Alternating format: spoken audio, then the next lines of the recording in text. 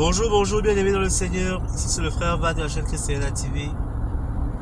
Bienvenue dans mon émission Autobiographie. Autobiographie qui est une émission où je parle moi de mes propres témoignages. Désolé pour la voix, je suis un peu grippé. Mais le Seigneur va faire grâce. Donc pour cette première vidéo, parce que je vais faire deux vidéos. Cette vidéo, je vais d'abord me concentrer sur un témoignage que je souhaiterais partager avec vous. En fait, ce témoignage est là pour compléter un autre témoignage que j'ai déjà fait sur cette chaîne, dans Autobiographie. Pour ceux qui n'ont pas suivi le précédent témoignage, je vais faire un petit récapitulatif pour que vous puissiez comprendre ce témoignage que je vais partager avec vous. Soyez vraiment connectés parce que ça va beaucoup vous aider. Je voulais compléter le témoignage que j'ai fait, je crois, il y a cela quelques mois, sur comment j'ai commencé à écrire, pas mes messages bibliques, mais les messages de mon ancien pasteur, Willy Poitier. Dans mon précédent témoignage concernant cela, j'expliquais ici que moi je n'aimais pas écrire. Quand je vais à l'église, je n'aime pas prendre les notes. Mais je suis quelqu'un, j'ai la faculté de pouvoir retenir ce qu'on dit à l'église. Et après, ça résonne toujours dans mon cœur comme une récitation en fait. Je suis quelqu'un, je capture facilement ce que le pasteur dit par rapport à tel ou tel thème qu'il a abordé pendant une prédication. Et après moi-même, je rentre en profondeur, je vais moi-même chercher, poser la question de cet esprit, fouiller pour mieux comprendre. Et j'expliquais ici par rapport à mon témoignage précédent que, en fait, quand j'ai connu le pasteur Willy Poitier du côté de la Philadelphie, moi qui n'aimais pas écrire, j'ai commencé à écrire. Et j'ai écrit pendant près de 2 ans. Et les écrits que j'ai eu à faire sont devenus des livres. Et ce sont les messages que le pasteur Willy Poitier a délivrés. Moi, j'écrivais seulement, j'étais comme un éditeur. J'écrivais, et avec le temps, on s'est rendu compte que c'était des bonnes, ça pouvait faire des bons, ça pouvait faire des livres. On a essayé de faire des livres de ça. Donc, juste pour vous, ça c'est juste pour récapituler comment j'ai commencé à écrire. Comment j'ai commencé à écrire, c'est comme ça. J'étais du côté de la Philadelphie. Un jour, le pasteur Willy Poitier prêchait. Et poussé par le Saint-Esprit, j'ai commencé à écrire tout ce qu'il disait. Et de là, on a pris l'initiative de se dire que bon, vu que j'écris, il va faire des séries d'enseignement. Et ces séries d'enseignement, je vais les écrire. Comme ça nous fera des livres. Et c'est comme ça que j'ai écrit mes premiers livres, qui n'étaient pas mes messages, je tiens à le préciser, pendant près de 2 ans. J'ai fait 2 ans de ma vie. Je me suis vraiment donné pour la réussite de ce petit projet que j'avais avec le pasteur Willy Poitier. En tout cas, en ce qui me concerne, j'ai fait ma part, je pense. On a écrit 3 livres. Le premier livre, c'était sur la spiritualité chrétienne. Non, le premier, c'était sur l'homme comme âme, corps, esprit. Le deuxième livre, c'était sur la spiritualité chrétienne. Le troisième livre, c'était sur le monde spirituel. Voilà. Ça, ce sont les premiers livres que j'ai eu à écrire, qui étaient les messages de mon ancien pasteur, Willy Poitier. Je tiens à le préciser. Parce qu'aujourd'hui, je vais compléter ce témoignage avec... je vais compléter ce témoignage aujourd'hui. Je veux maintenant un peu repartir en arrière, en vous disant que, mes frères et sœurs, vous savez, quand j'étais plus jeune, quand j'étais en classe de 5e, j'ai beaucoup été, on dit quoi? J'ai beaucoup été, je sais pas comment on dit ça en français. J'ai beaucoup été abusé par mes professeurs, surtout mes professeurs surtout mon professeur d'anglais à l'époque. Quand j'étais en classe de 5e, j'avais à peine 10, 11 ans, 12 ans, quelque chose comme ça, je pense. Parce qu'à l'époque, j'étais très nul en langue et surtout très nul en anglais. Donc, ce qui fait que mes professeurs, et moi je les comprends, hein, même si je les comprends en tant qu'homme, mais avec du recul, je me rends compte que ce n'était pas bien. Ce qu'ils m'ont fait subir n'était pas bien. Je n'étais pas un enfant boucanier, un bandit. Je me rappelle qu'en cinquième, j'étais plutôt très calme. Mais j'ai exacerbé mon professeur d'anglais parce que j'étais vraiment nul dans sa matière qui était l'anglais. Et à l'époque, c'est vrai, je reconnais, je ne faisais pas beaucoup d'efforts. J'étais intelligent, mais je n'étais pas travailleur. Je n'étais pas très travailleur. J'étais très paresseux par contre. Et je ne faisais pas d'efforts en anglais. Ce qui fait que mon professeur d'anglais de l'époque me blâmait beaucoup, me faisait beaucoup subir d'humiliation vis-à-vis de mes camarades de classe. J'ai été beaucoup humilié pendant cette période. J'ai été beaucoup humilié pendant cette période. Et j'ai béni beaucoup Dieu parce que vous savez, ici aux États-Unis, même si l'enfant est nul, on ne te permet pas de le brutaliser parce que c'était une forme de brutalisation. En fait, c'était comme si on le brutalisait en fait. Mais de façon psychologique. De façon morale. Et moi, j'étais un enfant à l'époque, je n'avais à peine que 12 ans. Donc, ce sont les blancs ici qui comprennent mieux qu'un enfant de 12 ans ne doit pas être brutalisé, ne doit pas être traumatisé. Si je peux le dire ainsi. Bref, ça ce sont les blancs. Nous en Afrique, on a une autre éducation, on a une autre façon de faire. Mais mon professeur d'anglais en question me rendait m'a fait la misère en fait. Moi je la comprends parce que à l'époque je ne faisais pas beaucoup d'efforts, j'étais vraiment nul en anglais. Ce qui est surprenant aujourd'hui parce que je parle anglais, j'ai écrit des livres en anglais, on va revenir dessus. C'est pour ça que j'ai vu le témoignage. Donc cette femme-là elle me connaît beaucoup dessus, pas physiquement, mais de façon morale. Elle m'a beaucoup traumatisé à l'époque. Et quand j'étais en cinquième, je pensais vraiment que j'étais nul, que je ne valais rien, que j'étais un vaurien, que l'école c'était fait pour moi. À cause du comportement de cette femme vis-à-vis de moi. Aujourd'hui, je veux d'abord, avant de continuer, dire merci à cette femme. Et je veux aussi dire que tous ceux qui vont m'écouter, si vous êtes professeur, ne faites pas ce genre de choses à vos élèves. L'élève peut passer, et il y a autre chose que j'aimerais dire, mais ça je vais garder ça pour moi, c'est personnel, c'est intime. Mais la réalité, hein, quand j'étais en cinquième, je passais par une autre phase de ma vie qui était assez difficile. Je vous dirai le moment venu. Ce qui fait que j'étais un enfant, ce qui fait qu'en cinquième, j'étais très triste. J'étais très triste. Et je ne faisais pas d'efforts à l'école. Et je manquais la voix. Bien. Non, c'est pas grave. Et c'est comme ça que j'ai évolué pendant un bout de temps. Et mon professeur me traumatisait. Donc j'étais en train de dire en fait que désolé, j'ai peur de filmer mes idées. Je voulais dire ceci que je voulais dire merci à cette femme parce que elle a participé à faire de moi l'homme que je suis aujourd'hui. Elle a participé à faire de moi. Aujourd'hui, c'est pas une revanche par rapport à elle, mais c'est une revanche de Dieu. Pour tous ceux qui à l'époque me voyaient comme étant un enfant qui n'allait pas réussir dans sa vie, qui serait un vaurien, qui était nul, parce qu'en classe de cinquième, j'étais nul en anglais. J'étais très nul en anglais et je veux dire merci à ces gens-là qui n'ont pas cru en moi à l'époque. Et je veux leur dire que c'est pas de leur faute. Ce sont des choses par lesquelles je pense qu'il fallait que je passe pour être celui que je suis devenu après. C'était un chemin nécessaire. Et ça ne justifie pas le fait que je ne faisais pas d'efforts. Effectivement, je ne faisais pas d'efforts. Donc, elles avaient les sentiments qu'elles avaient à l'époque, ou bien les émotions qu'elles avaient vis-à-vis de moi, sont justifiés. Vous avez raison parce que vous partagez une frustration que vous aviez de moi.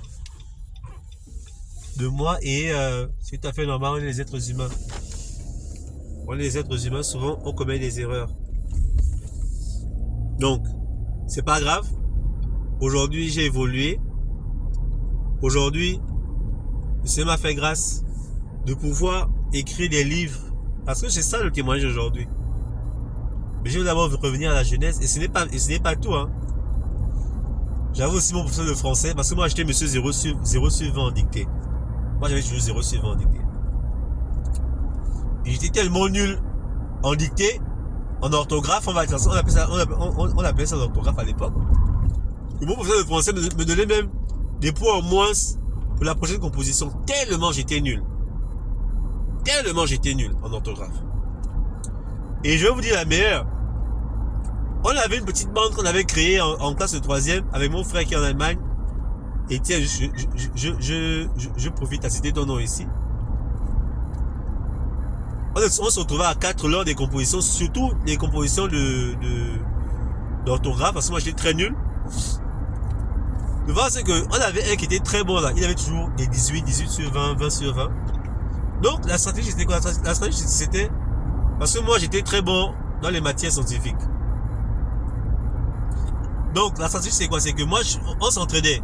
Pendant les matières scientifiques, je suis là, les gars copient sur moi et pendant qu'on passe les examens sur les matières, sur l'orthographe, les matières linguistiques, c'était maintenant eux qui m'aidaient.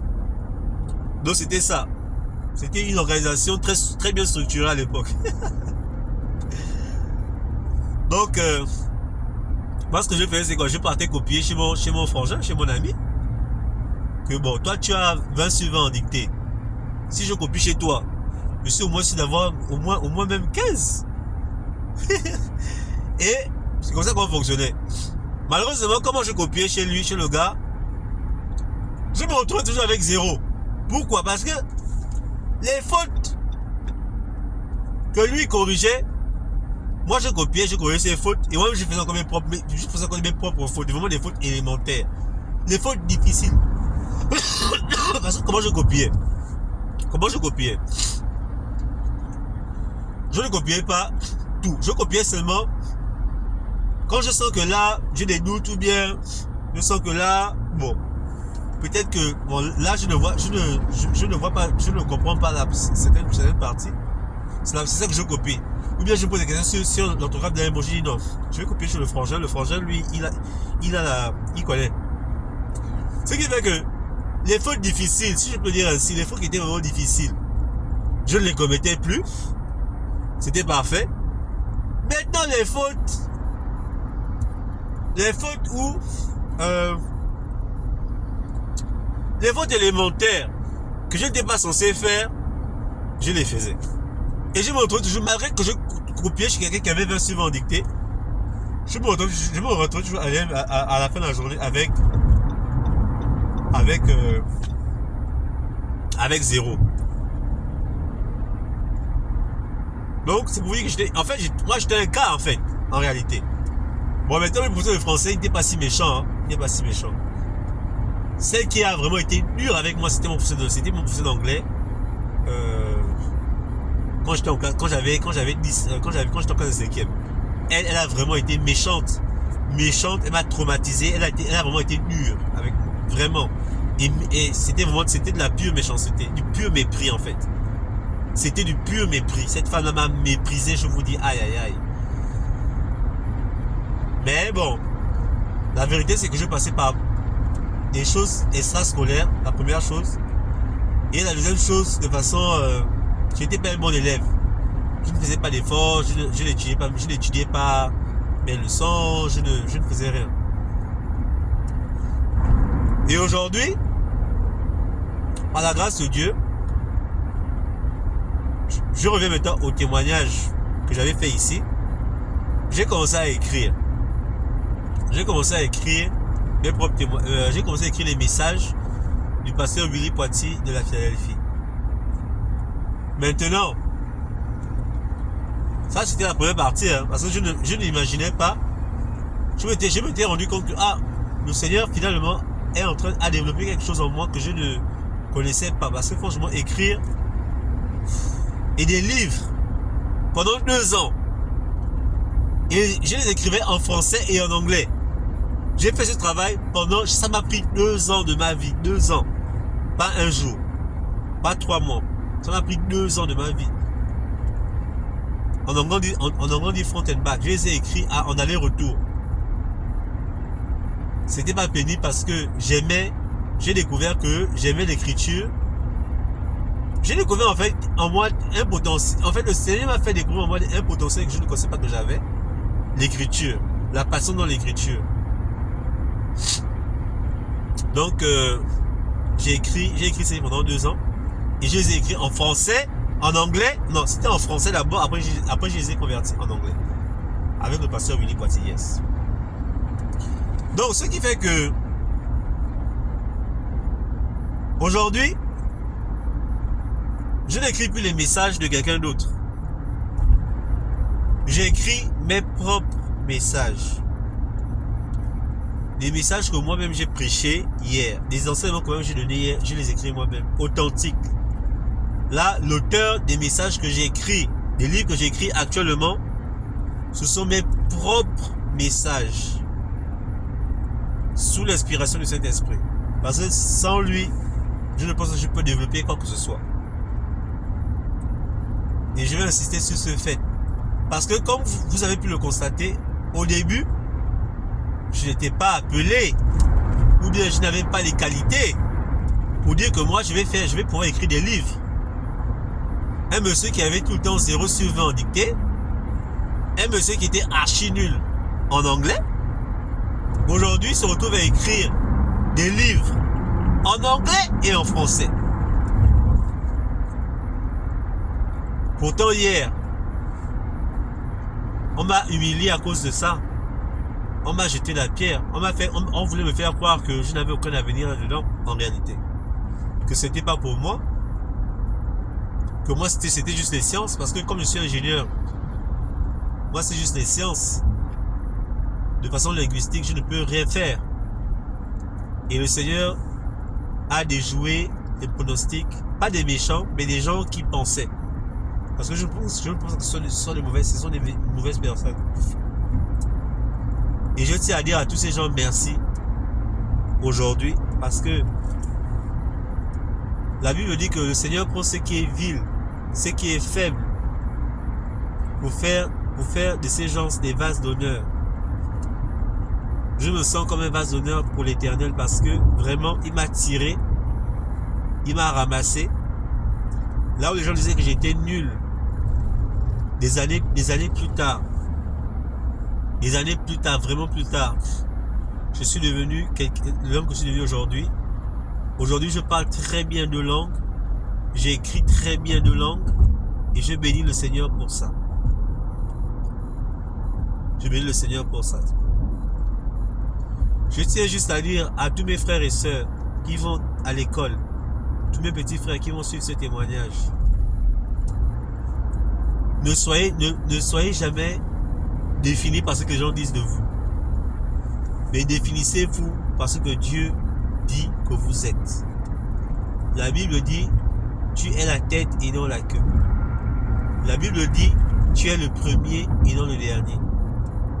Ce que la Bible dit est la vérité, est la réalité.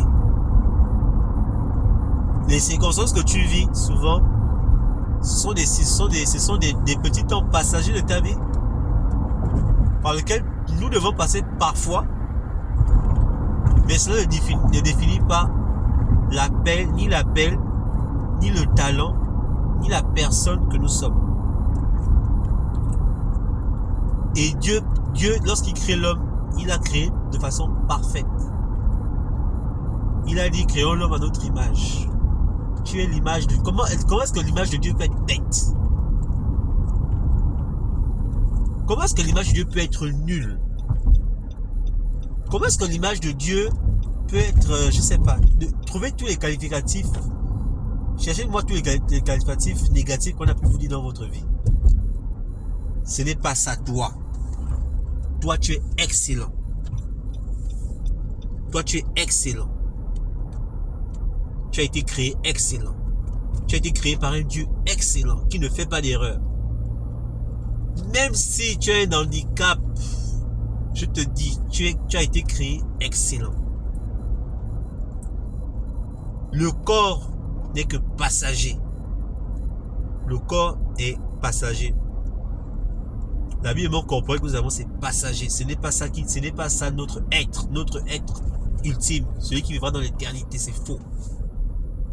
Donc je tiens et je réitère que tu as été créé excellent, tu es excellent. Et ne permets jamais ou n'accepte jamais. Les gens peuvent le dire.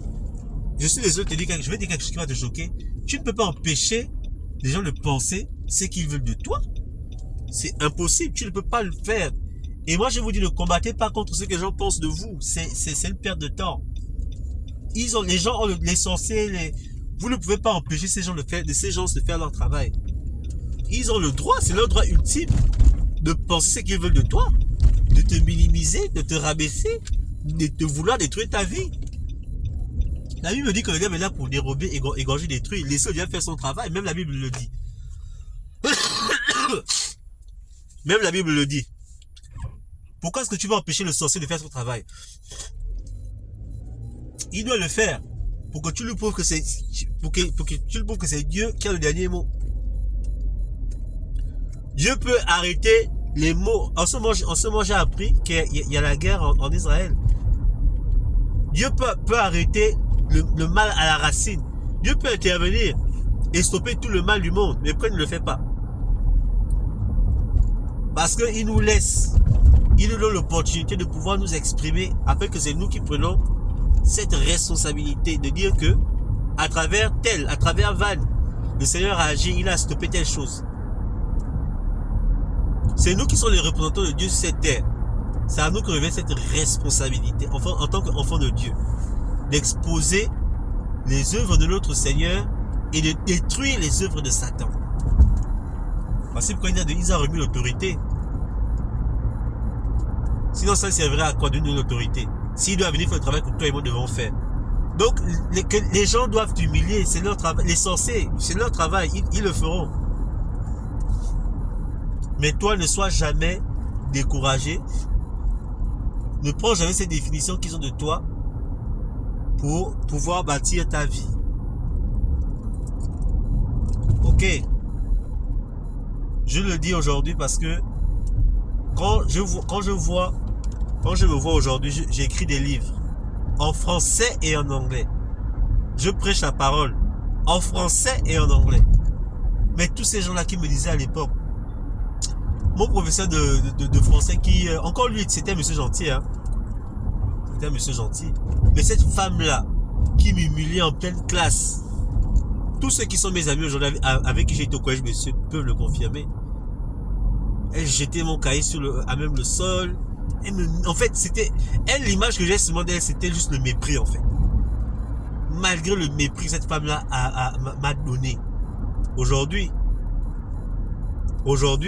j'excelle dans sa langue, et je suis même sûr que si on se voit,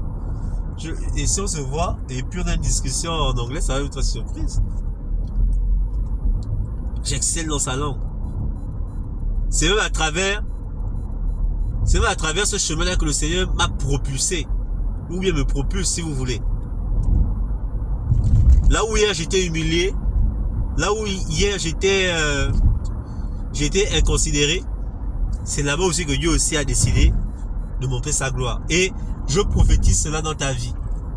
Que là où hier, les méchants de ta famille, ou bien tes propres parents, tes amis, ou qui que ce soit, là où hier ces gens t'ont humilié, c'est aussi là-bas que le Seigneur va montrer sa gloire dans ta vie. Et je tiens à ce que tu le reçoives. Je tenais à faire ce témoignage-là aujourd'hui avec vous, avec tous mes frères et sœurs. Que c'est Dieu qui met un point ou bien qui tourne la page de la vie de quelqu'un. C'est Dieu qui a le dernier mot, comme on dit. Tu peux passer par des moments difficiles, c'est passager. Parfois même le Seigneur, la Bible dit, Dieu permet. Moi souvent je prends beaucoup l'image des enfants. quand souvent un père laisse son fils pleurer, c'est pour l'apprendre quelque chose. Moi, je vois ça beaucoup avec les enfants aujourd'hui. C'est pour l'apprendre quelque chose. C'est que, en fait, le père, par exemple, veut faire comprendre à son fils que quand tu finis de manger, tu dois apprendre à être calme. Quand tu te réveilles, on ne pleure, tu dois apprendre à te tenir.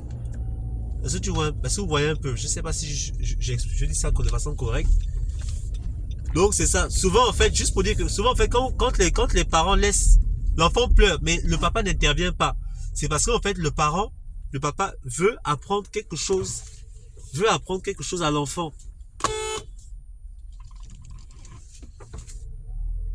Le papa veut apprendre quelque chose à l'enfant, que tu dois apprendre à être autonome. Tu peux pas avoir tout ce que tu veux dans la vie. Il faut apprendre à être patient. En fait, le parent lui apprend la patience. Donc souvent, c'est ça avec Dieu. Souvent quand Dieu permet que nous puissions être, que nous puissions passer par des moments difficiles, nous puissions pleurer. Parce que pleurer, ça veut dire qu'on ne passe pas quelque chose qui nous fait mal. Souvent, si Dieu permet que le mal nous arrive, ce n'est pas pour nous détruire. C'est pour nous apprendre des choses. C'est pour nous aider à développer des choses qui sont en nous. Il y a tellement de raisons pour lesquelles Dieu permet.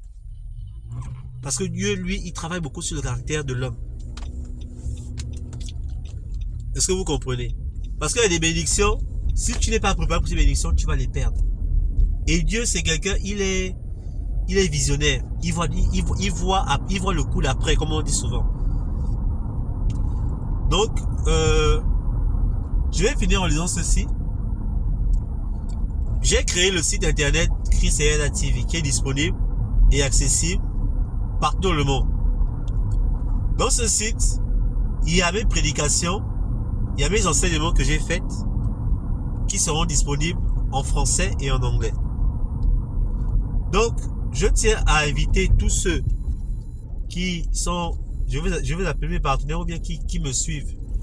N'hésitez pas d'aller sur mon site internet, télécharger de façon gratuite toutes mes interventions, toutes mes prédications, enseignements qui seront disponibles en français et en anglais. Et je veux aussi dire que je ne m'attends pas à ce que on soit d'accord sur tous les points que j'ai démontrés. Mais moi, qu'est-ce que je fais souvent quand je fais des études bibliques? Là, je suis arrivé à d'ici. C'est, je ne prends pas, je prends, parce que l'homme reste l'homme. Peut-être qu'il y a des choses que j'ai manquées, peut-être qu'il y a des choses où j'ai pas totalement cerné ou bien. Mais ce qui est sûr, c'est que dans ces livres-là, il y a beaucoup de bonnes choses que vous pouvez utiliser pour votre ministère, pour vous-même, pour votre croissance spirituelle. Prenez ce qui est bon et vraiment que le Seigneur continue de vous aider, que le Seigneur continue de vous équiper par rapport à ça. Donc c'est ça. Donc juste pour dire que sur mon YouTube, sur mon qu'est-ce que je raconte, que la chaîne Christiana TV a maintenant un site internet. Et la particularité de ce site internet, c'est que il y a mes prédications en français et en anglais. N'hésitez pas d'aller lire. Ce sont des livres que j'ai faits, finalement. N'hésitez pas d'aller lire ces livres, de les télécharger en français, en anglais, de les utiliser. La seule chose que je dis, c'est que il peut y avoir des erreurs. Pas forcément des erreurs, mais il peut y avoir peut-être quelque chose que je n'ai pas bien développé, ou bien quelque chose que j'ai omis de dire, ou bien ce qui est tout à fait normal, parce que même moi-même, quand je consulte ce que les autres chrétiens comme moi font, comme études bibliques et tout, il y a des choses où on n'est pas d'accord, on n'est pas totalement d'accord, mais cela ne remet pas en cause l'enseignement dans son ensemble.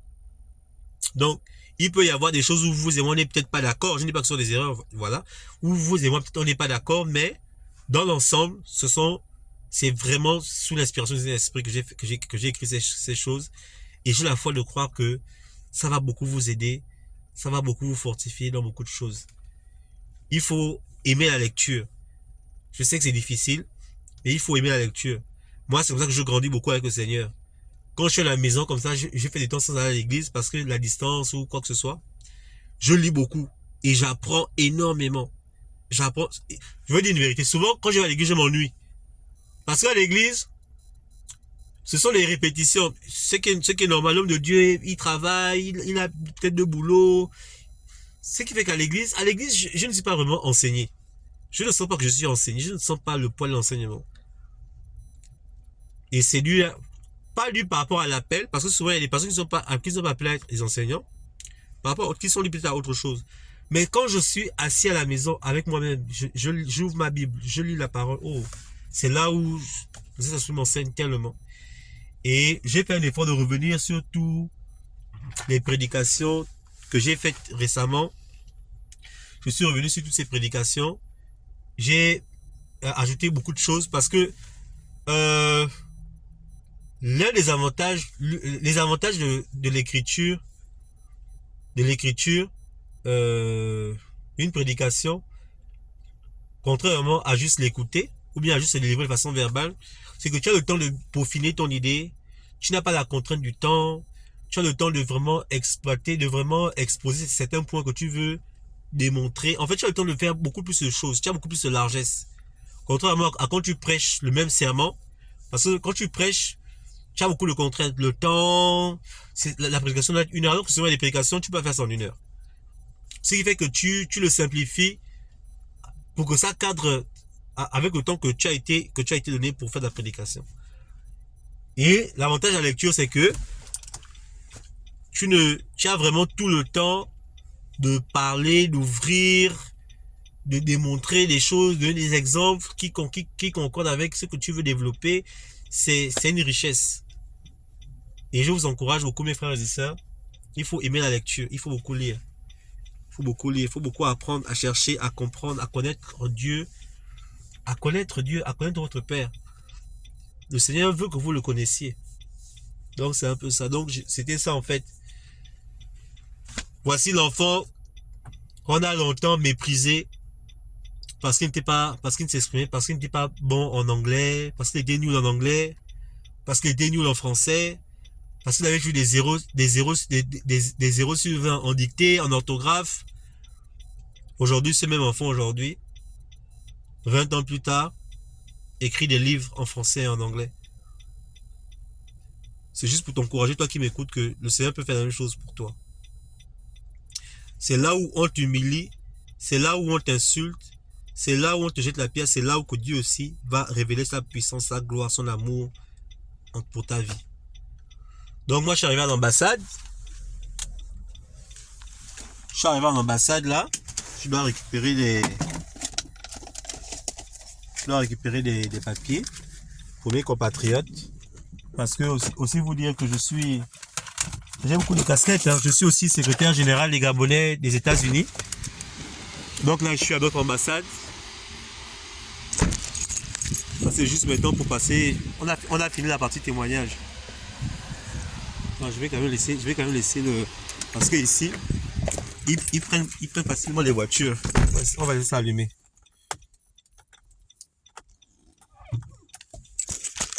Donnez-moi quelques minutes. Je vais vous montrer l'ambassade des États-Unis. Allons-y. Ah, c'est d'ici. Nous sommes à d'ici là comme ça.